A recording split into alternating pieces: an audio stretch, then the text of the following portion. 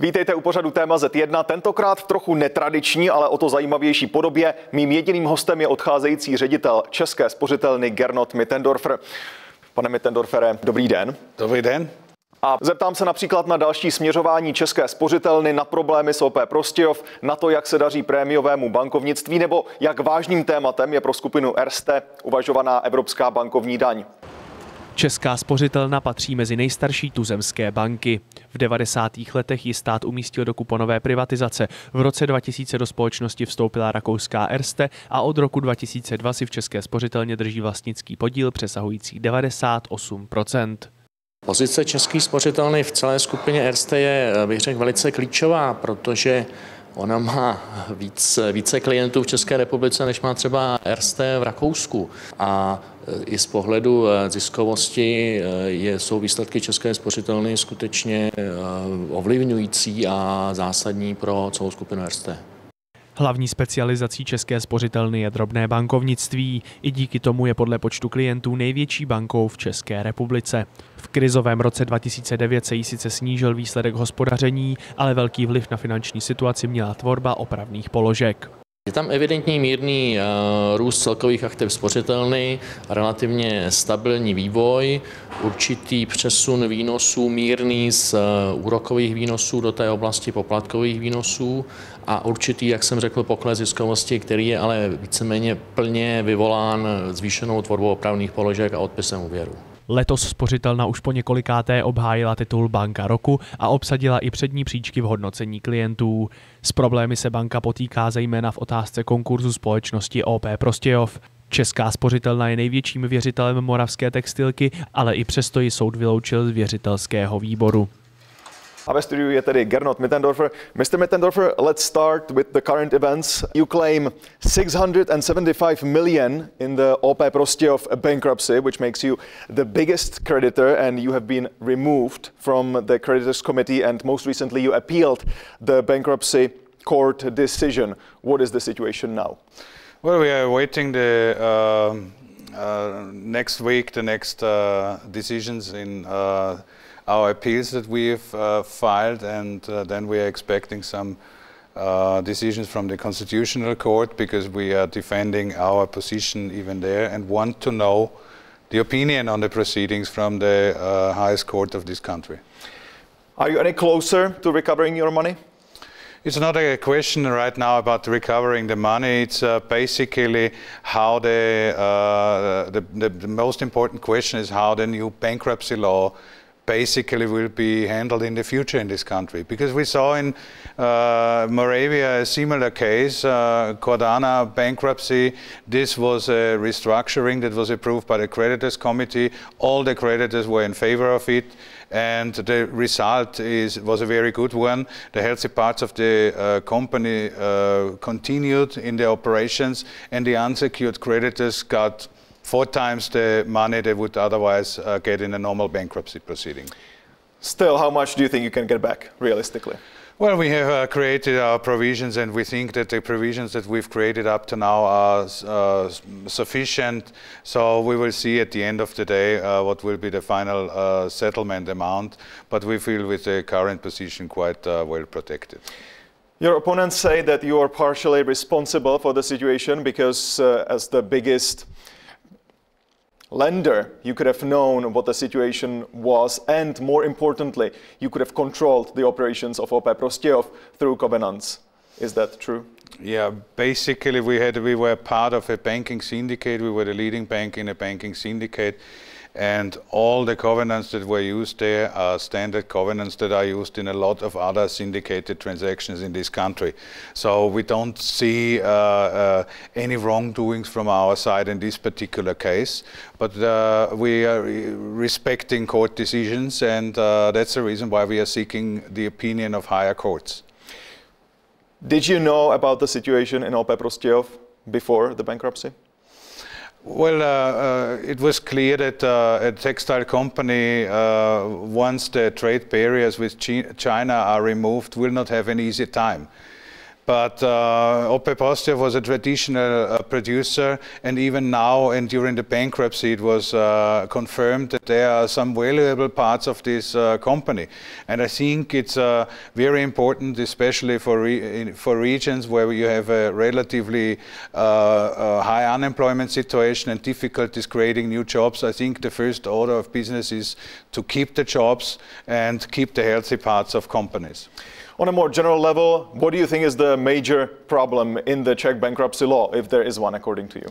Well, it's basically the interpretation that is currently used is leading to a different approach from lenders in the future, if this is confirmed.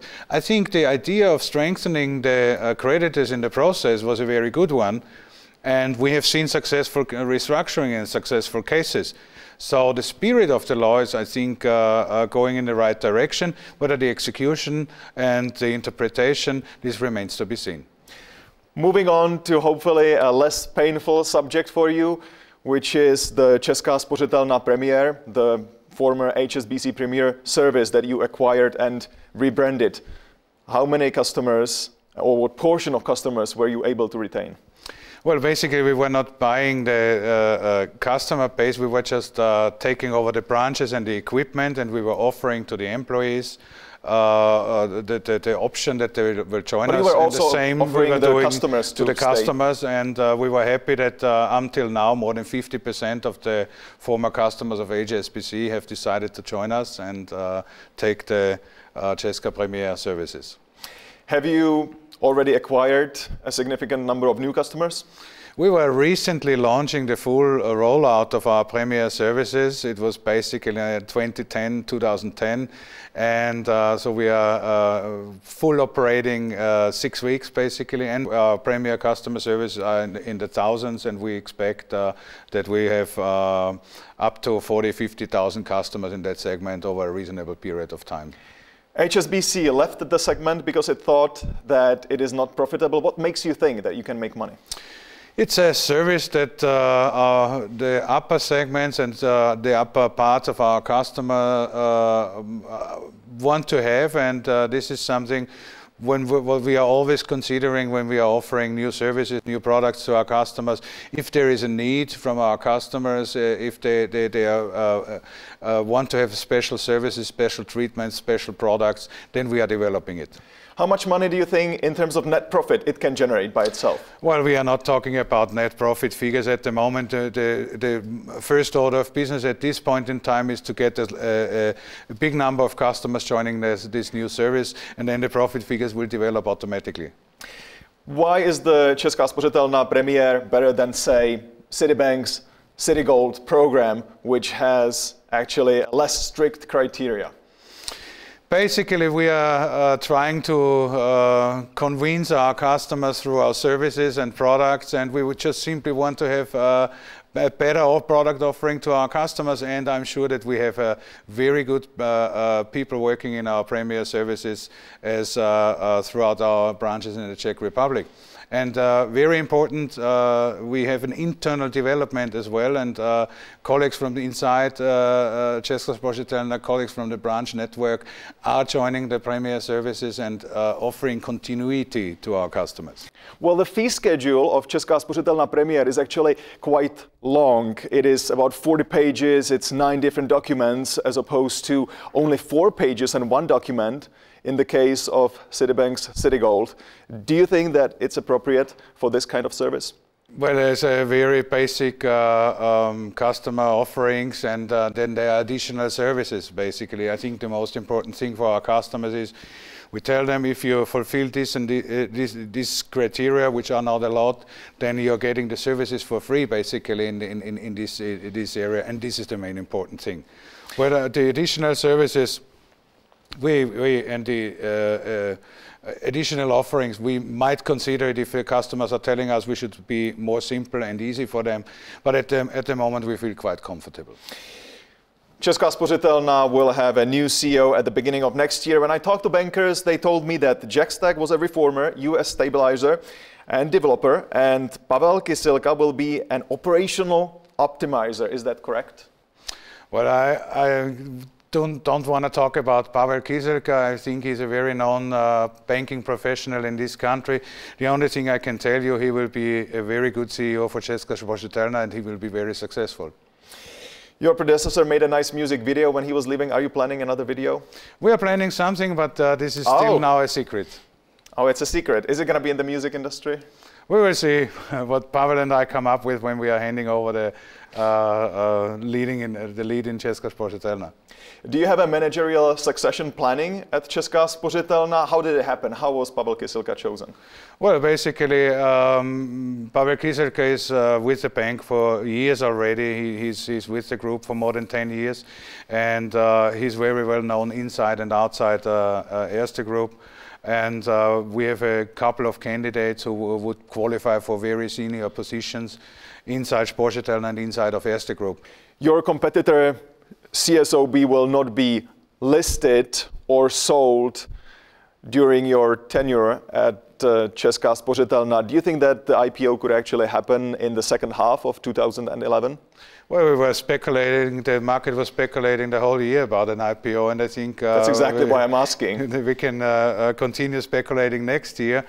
At the end of the day, I think the market was not really supportive of an IPO, and at the moment I don't see the market developing in a completely different direction. So probably it will take some time until the market offers an opportunity again.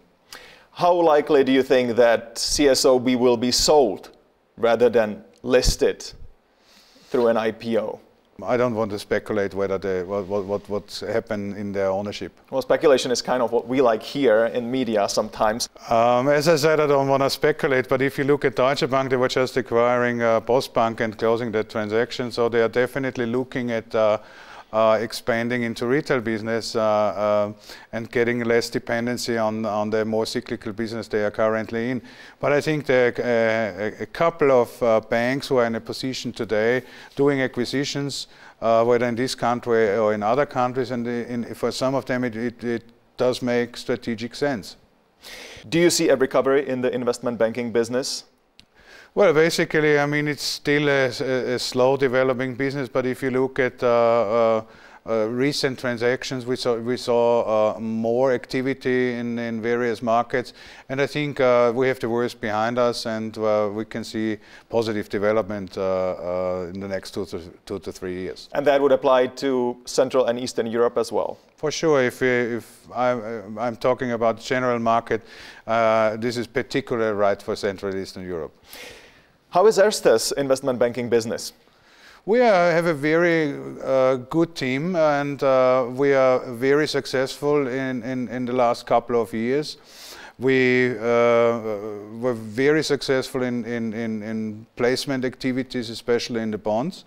We are the market leader in Central Eastern Europe in this year, and this is something that people would not really link with the name of Erste. Is there a segment that you want to specialize in particular? Well, we're trying to cover all our region, and we are trying to offer added value to those who are interested in doing business with us. Mr. Mittendorfer, don't go anywhere, because we'll be back soon. Teď se podíváme na přehled hlavních událostí ze světa peněz a v rozhovoru budeme za chvíli pokračovat. Podíváme se například na uvažovanou evropskou bankovní daň, tak nikam nechoďte. Ministerstvo financí v příštím roce plánuje pilotní emisi státních dluhopisů pro občany. Celková hodnota bude maximálně 10 miliard. Plnohodnotný prodej rezort naplánoval na rok 2012. Čína oznámila kvůli rostoucí inflaci přechod do obezřetné měnové politiky z dosavadního mírně uvolněného postoje. Tato změna by mohla vést ke zvyšování úrokových sazeb a přísnějším kritériím při poskytování úvěrů. Společnost ACEI spustila v Česku aukční systém Bankerat. Ten uživatelům umožňuje půjčovat si peníze mezi sebou bez asistence banky. Dlužník pouze zadá, kolik si chce půjčit a na jaké podmínky je ochoten přistoupit, a věřitelé mu dávají své nabídky.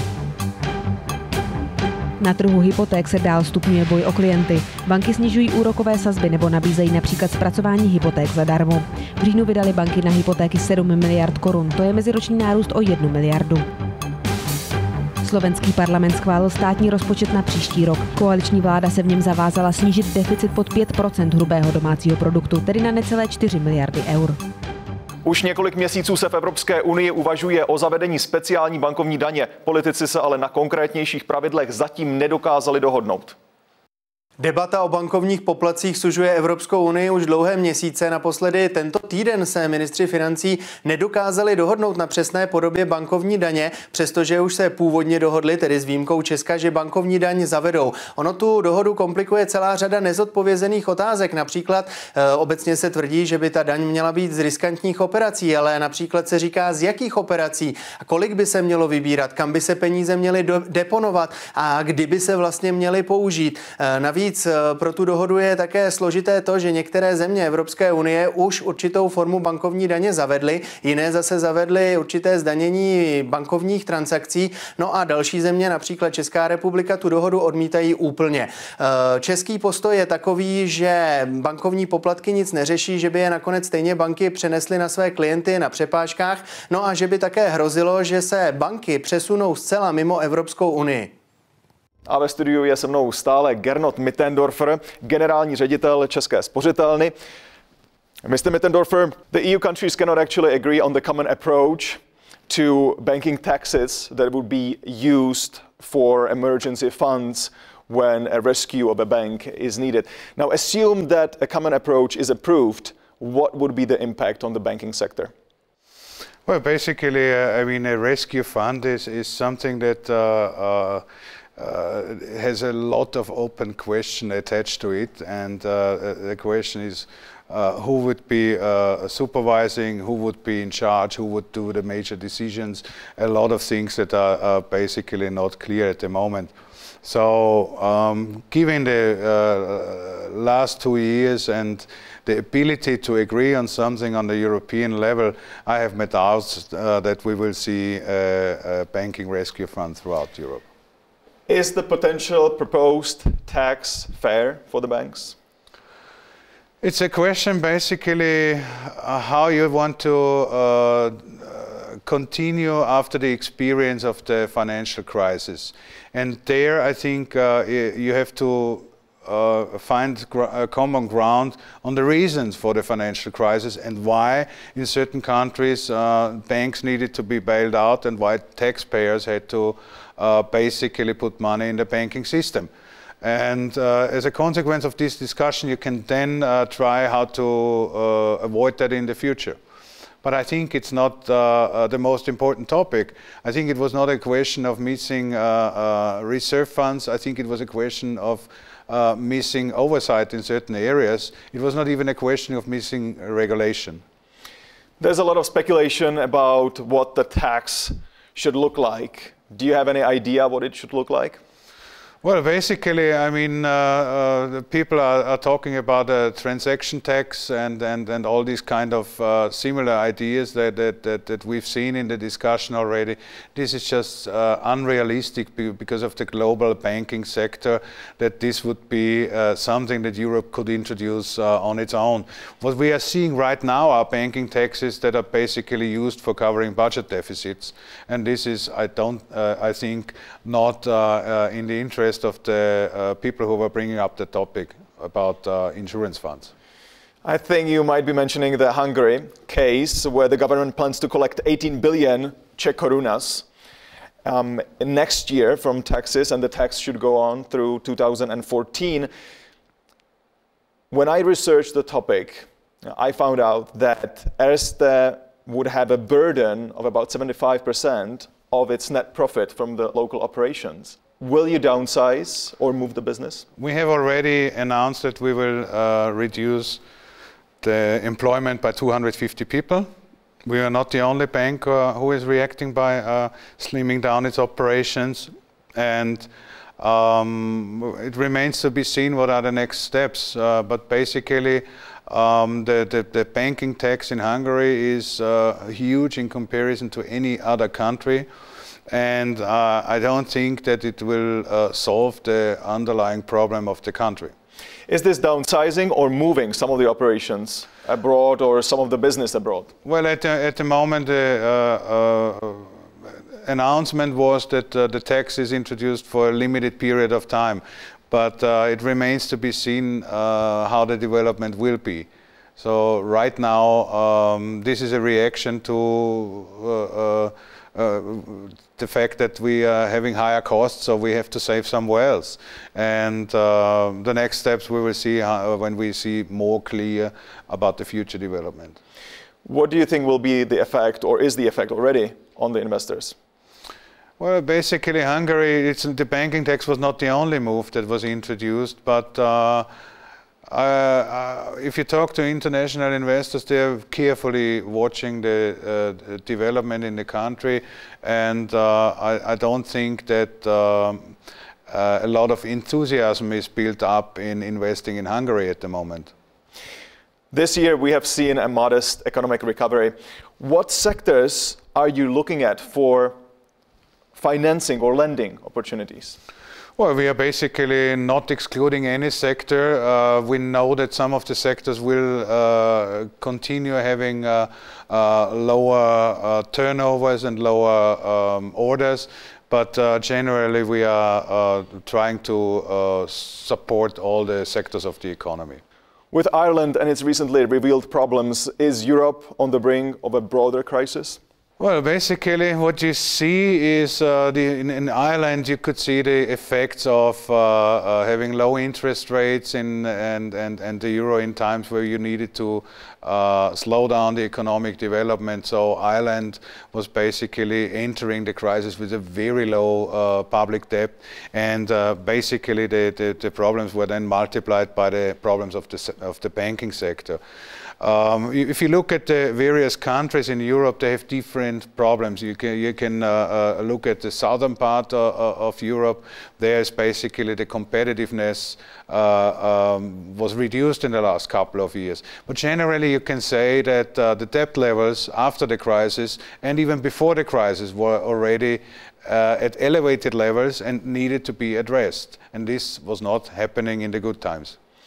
So do you think that this is the major lesson that we could learn from the Irish case? Well, Ireland, I would say, was an economy that was suffering from the fact that the major economies were developing much slower than the Irish economy, and they were sharing the same currency.